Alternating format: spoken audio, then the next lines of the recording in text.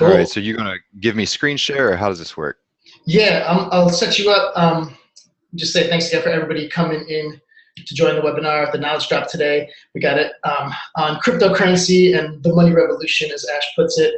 He's been in the Bam. game for a long time. I'll let him explain a little bit more about himself and his history. But for those of you guys who have never been in a knowledge drop, basically how this will work is you can pretty much only hear Ash and I because we're the panelists. So if you want to chat to each other, use the chat box. If you want to ask questions for the second half of the knowledge drop, feel free to use the question and answer box.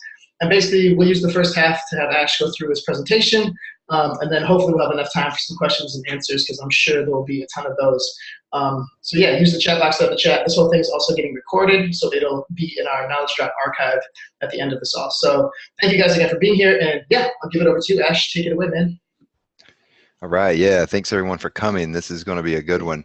You know, it seems like everywhere I go, if I'm wearing a Bitcoin t-shirt, which if you talk to the people in the Earhart group, then you'll know that I brought 4 of them with me. And it's kind of a joke that all I wear are Bitcoin t-shirts, but I get stopped almost every day when I wear a Bitcoin t-shirt now. So people are really starting to get curious about what cryptocurrencies are, and are they fake? Why do they have value and stuff like that? But let me try to get a screen share here. I guess I can just share my screen. Yeah, All just right. hit that, yeah, and then go. All right, perfect. Yeah, let's do it right here. And tell me if you guys can see this. See it perfect, man. All right. Beautiful. Yeah, man. So short name, Bitcoin 101. Again, my name's Ash Whitener with Earhart. So I'm dropping some Bitcoin and cryptocurrency knowledge in general on you guys today.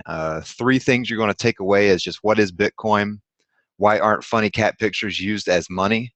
And is Bitcoin only for the rich, powerful, and connected? You know, that's something we hear a lot. At least I hear a lot. Who am I? Why do I even have the credentials to drop this? You know, I've been in Bitcoin and cryptocurrency since 2012. I've interviewed many of the top Bitcoin and crypto experts and entrepreneurs on my podcast, libertyentrepreneurs.com. And I've got a background in engineering, Austrian economics, philosophy, and offshore banking. I actually helped build an offshore bank called Euro-Pacific Bank in the Caribbean. So I've got a really unique perspective, and I come at this crypto thing at all angles. That's why it caught my attention so early. So let's get into it. I'm calling this the digital money revolution. So let's start with what we already know, the internet. You know, I'm 35 years old. I grew up with the internet. I would say probably one of the first people to grow up with the internet. I got it whenever I was in middle school, and it blew me away. You know, I'm calling this the internet of information, and it's all we know up to this point. Blogs and podcasts and social media and funny cat pictures and, you know, anything that we can send to each other, and all of a sudden it's instantly reproducible. Right, I can send a funny cat picture to Travis. Travis can send it to all you guys, et cetera, and everyone has the same picture of a cat. I mean, I'm now an airplane, right? It's hilarious, and we can send it to everyone. So it doesn't make good money, right? If you give somebody $10 to buy something, and then all of a sudden both of you had that $10, it doesn't make for a very good unit of account. Right? So nothing online has been able to be money up to this point because there was no scarcity.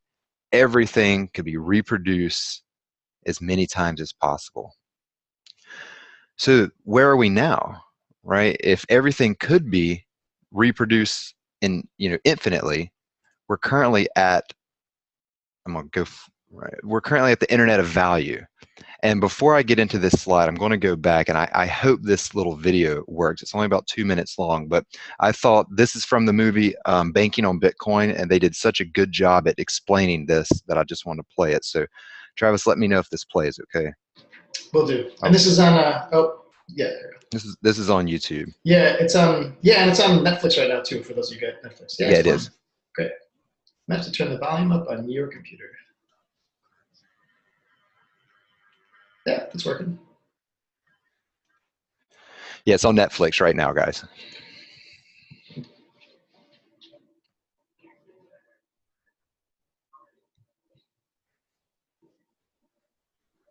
Not hearing anything. Oh, yeah. You're not? Yeah, the audio's not working. All right. Well, here, let me zoom out real quick, and I'll just drop the link in the chat here. I was hoping the audio would work. Hold on. Let's see. How do I bring the chat back up? Question and answer? No. See the Oh, chat here we go. box? Yeah, participants. Here we go. No, that's not it. Chat box. Sorry, guys. Maybe just copy it and then save it for the end. You could pop it in at the end. Yeah, that's what I'll do. Because I think you have to leave screen share actually to get back to the chat. So Yeah, cool. Yeah, I'll send it to you guys. But basically what it says is, it says, what is money? It asks these, here, let me go full screen again. It asks these children, the school teacher asks these children, what is money? And, the kids, they're probably about 10 years old or so. And they're like, well, money, it's paper, and it take 4 quarters equals $1. And you have to have money to buy your house. And eventually the narrator comes back in and he says that all money is a system that is like a ledger, right? It's just a ledger. It's an accounting system. And Bitcoin is essentially just that. And whenever I say Bitcoin from the rest of the presentation, I really only mean cryptocurrencies, right? And so cryptocurrencies are just a ledger. And just like in the US dollar or the euro, or a government or a paper money, the ledger is kept with the banks, or ultimately with the central bank. Okay, and the central bank just has this enormous ledger, and then all the big banks like Bank of America, Wells Fargo, whatever, have accounts in the ledger of the central bank. And then all the smaller banks like Euro Pacific Bank has an account with Bank of America, who has an account with the central bank. And then maybe you have an account with Euro Pacific Bank, which is a small bank, and thus with Bank of America, and thus with the central bank. And so this is just a ledger, right? Money is just it's used as a system of account. Well, what Bitcoin did was Bitcoin, through the blockchain, and I won't get into the technicals of the blockchain, it's a little bit outside of this presentation, but Bitcoin created the world's first open source decentralized ledger. So instead of having these hidden account balances all on the books of all these big banks and the central banks, and nobody can really audit anything. You can't audit the Fed. The libertarians in the group will know that Ron Paul in the United States tried to audit the Fed for years, for 20 years unsuccessfully. But what Bitcoin did is it created a unit of account on a decentralized ledger that anyone can audit, right? And said differently, Bitcoin was the first decentralized, scarce digital good. Now, I know I just threw a lot at you there, but unlike a funny cat picture, which isn't scarce at all, Bitcoin is now scarce, and it was the first scarce digital good, because whenever I send a Bitcoin to you, the ledger is updated with that accounting change, right? And then it represents who actually has that Bitcoin or that cryptocurrency, right? And so it's just like money that we have, except we don't have to trust these third parties. We don't have to petition our Congress to try to see, like, what are these banks doing, right? What type of money do they have? Do they even have any money anymore? Because the blockchain is basically just a decentralized ledger that's open source that anyone can look at. And that's the big difference there. If you take away one thing from this presentation, it's that cryptocurrencies allowed us to now have scarce digital goods on a global scale, where you don't have to have anyone's approval to use it, and it's opt-in, opt-out. Now, I should mention that we've had scarce digital goods before. I'm sure some of you are like, well, what about domain names? Or if you're old school like I am, America Online, Instant Messenger chat names, right? But the issue here is that they required trusting a third party, like GoDaddy for domains, or Google for email addresses. I'm the only person in the world that has ash@libertyentrepreneurs.com email address. But I have to trust a third party. I have to trust GoDaddy or Google for that to keep that scarce. What cryptocurrencies do is it removes the need for that middleman and allows us to manage scarce digital assets ourselves. So Bitcoin can be traded, and the position changes hands, right? It's just like a stock or just like a physical piece of money, and it can't be reproduced. Another thing is that there's thousands of cryptocurrencies now, and they're all competing to be trusted, right? For you, because remember, unlike the paper money that you're used to using, you're not forced into using cryptocurrencies. So that allows market competition to vie for and compete for you and your opt-in and buy-in into this system. And on the next slide here, I took this maybe a couple weeks ago now, but Bitcoin's over $4,600 now. Ethereum's at 365 or 370. Ripple's over 20 cents. Bitcoin Cash is at $500-600. It moves quickly, but the price is the least important thing, and to me, the least significant thing of cryptocurrencies, because all of these have a purpose. All of these have a very purpose, and some of them are very niche, and some of them are going to fit what you need in your business or your personal life, or they're not. Bitcoin and Bitcoin Cash and NEM, new economy money, those are actual, they're trying to be money cryptocurrencies. Ethereum is and IOTA to a bit lesser extent are trying to be software or application based or smart contract, a decentralized smart contract based like global computer, right? Ripple is trying to replace the SWIFT system, the international SWIFT system. If you've ever used offshore banking, you know how annoying and expensive that is. So the takeaway on this slide is that there are tons of cryptocurrencies and blockchains out there that are trying to solve problems in society and trying to solve problems that business people have, and they're all competing for you, just like restaurants or car dealers or computer manufacturers.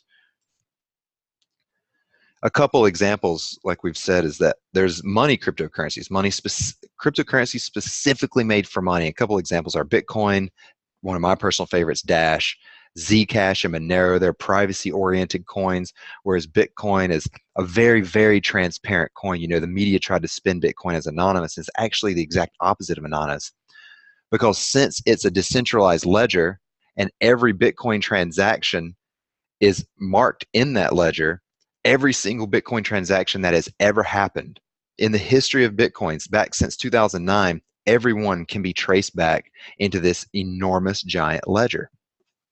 The sending from address, the sending to address, the date, and the amount of Bitcoin that was sent, all that's known and stored forever in the Bitcoin blockchain.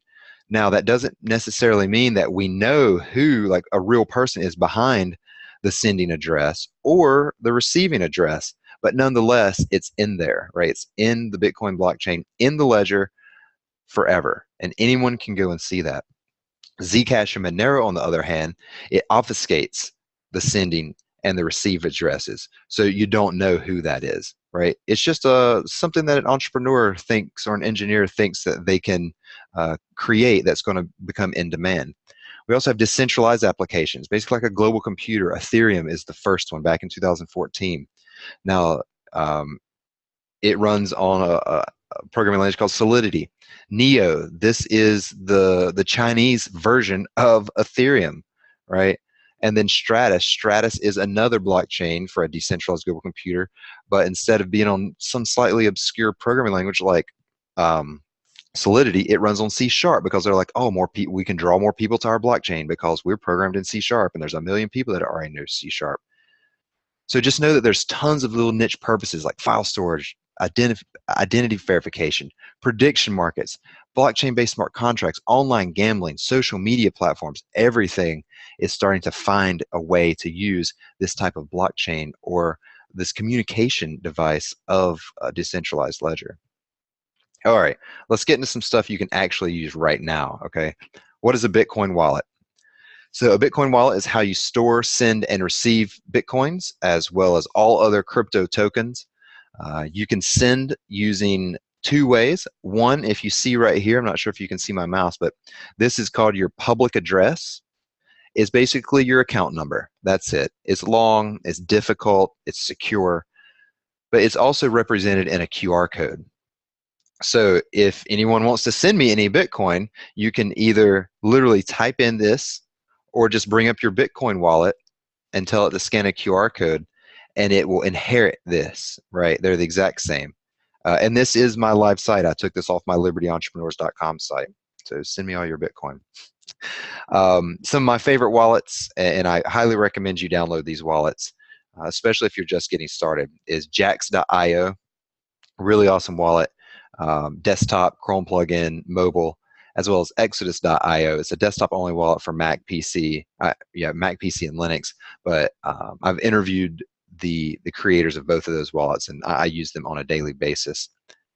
Just think of your wallet as your bank account, but it doesn't require any of your personal information or approval from the big banks.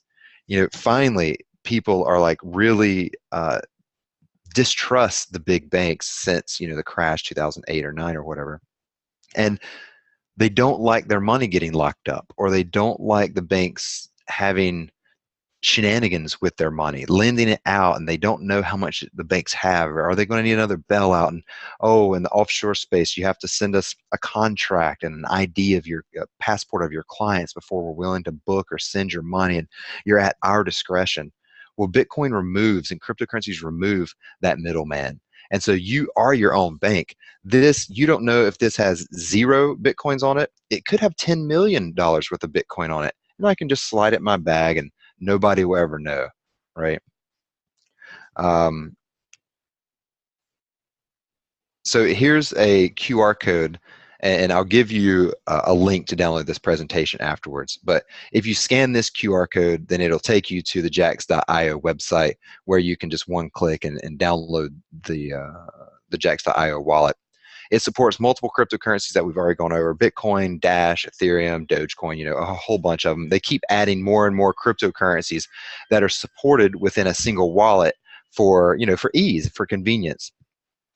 The most important thing, and I put stars around this because it's so important, is whenever you create a crypto wallet of any type, it's going to give you 12-word secret phrase. This is your lifeline. If you lose your phone, sorry, my nose itches, guys. If you lose your phone or your computer crashes, if you have these 12 words, you can download the wallet again, enter those 12 words, and it'll unlock your account just like that, right? And so I recommend either writing it down on paper and putting it in a safety deposit box, or use LastPass since it's client-side encrypted. Never email this to yourself, right? Never email this, because what happens if your account gets hacked, your email account? Somebody sees these words, they start downloading every wallet they can, and all of a sudden they have access to all your cryptocurrencies. So I'm blasting through this to leave time for some questions, guys. Here's the conclusion. Bitcoin is money for the people, by the people, and I'm really sad that that video didn't work. I'll send it in a message here at the end so people can watch it. But Bitcoin basically came out in the middle of the financial crisis back about 10 years ago. And the reason that it came out is to give people an alternative, right? A voluntary alternative money and financial system if they decided that the one that was getting bailed out and money printed out of thin air, $1 trillion of debt created. If people didn't really trust that, or just curious about another option, what happens if we had competition in money? What does it even mean to have money alternatives? Should we even be allowed to have multiple forms of money? All right, Bitcoin was created for you.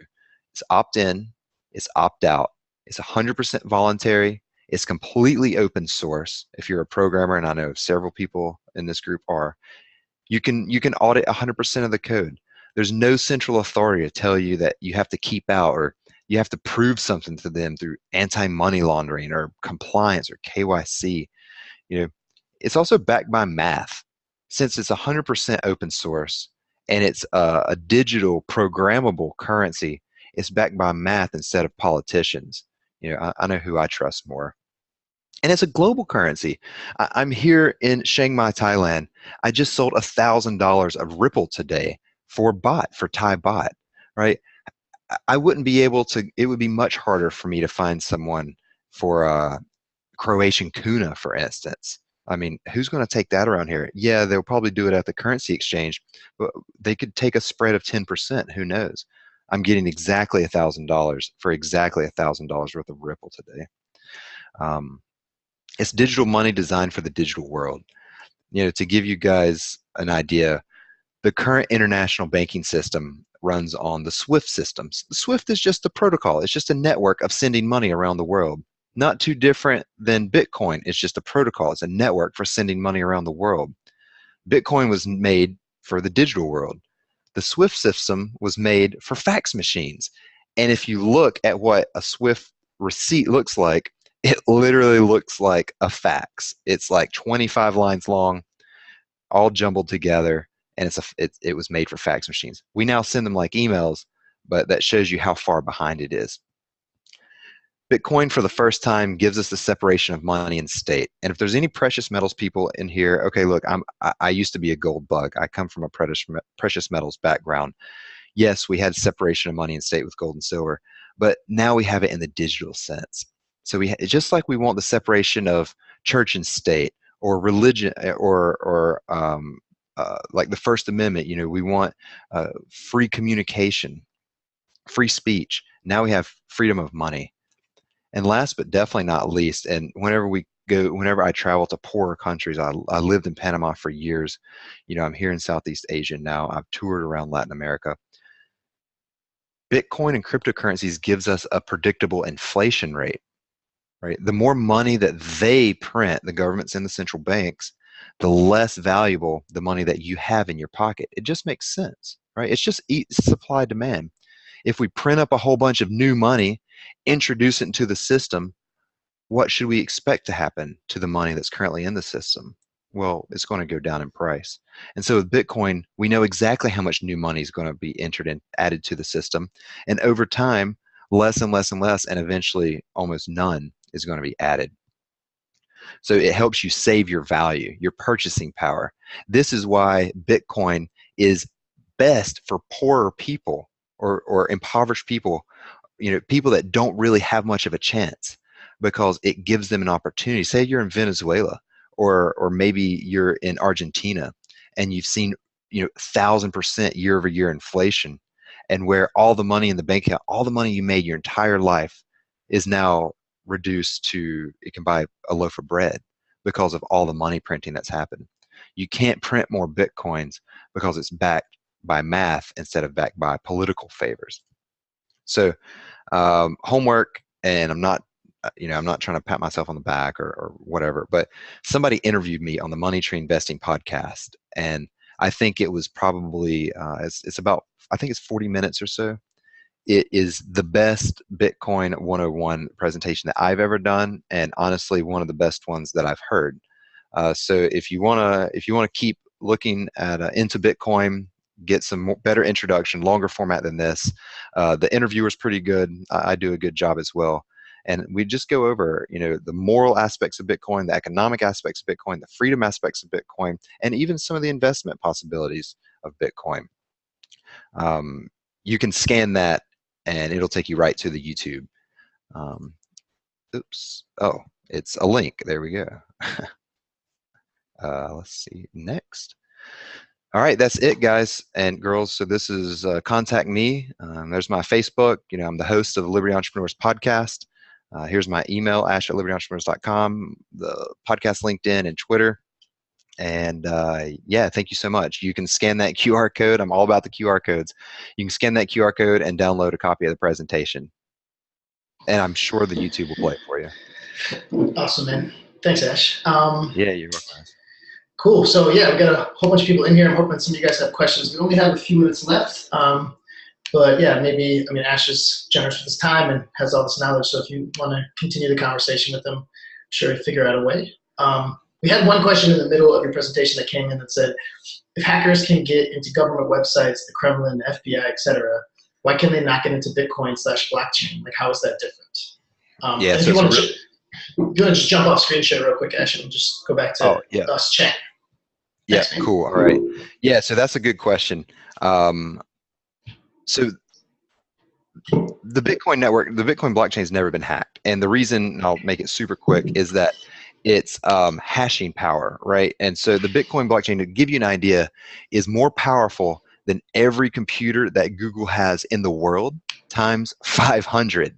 And in order to hack the Bitcoin blockchain, you would have to overpower at least half of the Bitcoin blockchain. It's called a 51% attack, and that doesn't even guarantee that you'll be able to hack it.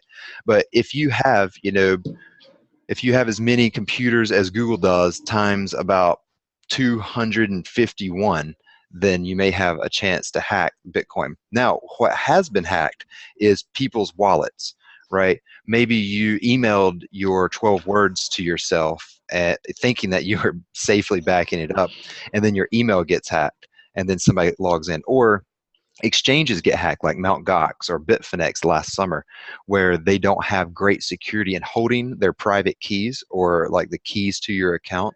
And so a hacker's able to get in and like steal the money from them, but it's still not, the blockchain still isn't hacked. And I would predict that the Bitcoin blockchain will never be hacked. Awesome. We have a few more questions, and we'll try to still keep this inside a half an hour. So let's try to get through some of these. So Pedro asks, even though it's backed by math, do you believe that just like stocks, people are investing in it by just speculation, popularity, etc., or how are people choosing which ones to invest in?